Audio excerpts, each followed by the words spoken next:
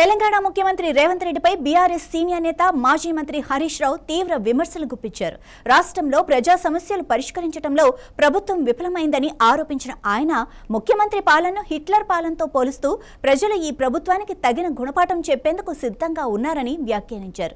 ప్రస్తుతం ఉన్న హెలికాప్టర్ సరిపోదన్న కారణంతో నెలకు కోట్ల రూపాయల వ్యయంతో కొత్త హెలికాప్టర్ తీసుకురావాలని ప్రభుత్వం భావిస్తోందని విమర్శించారు. మరోవైపు ఫుట్బాల్ క్రీడా కార్యక్రమాలు, ఇతర రాష్ట్రాల్లో ఎన్నికల ప్రచారాల కోసం నిధులు కేటాయిస్తున్న ప్రభుత్వం తెలంగాణ విద్యార్థుల ఫీజు రియంబర్స్మెంట్ బకాయికి రైతులకు రైతు బంధు అందించడానికి మాత్రం నిధులు లేవని ప్రశ్నించారు. హెలికాప్టర్ ఉన్నది చాలదట, ఎయిర్ బస్ నెలకు 5 కోట్లు ఖర్చు పెట్టి ఇంకొక కొత్త హెలికాప్టర్ కొనుకొచ్చుకుంటాడట.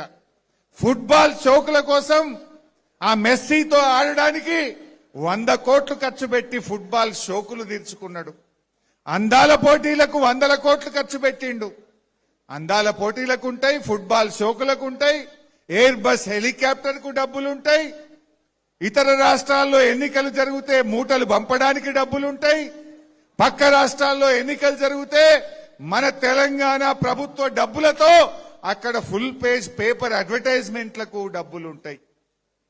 కానీ మా పిల్లలకు ఫీజు రియంబర్స్మెంట్ ఇవ్వమంటే డబ్బులుండవా? మా రైతులకు రైతు బంధు, రైతు బీమాకు డబ్బులు కట్టమంటే ఉండవా? మా అవ్వా తాతలకు 4000 పెన్షన్ ఇవ్వమంటే డబ్బులుండవా? రేవంత్ రెడ్డి గారికి అధికారం మత్తెక్కింది. మొన్న ఎప్పుడు అన్నాడు కదా హిట్లర్.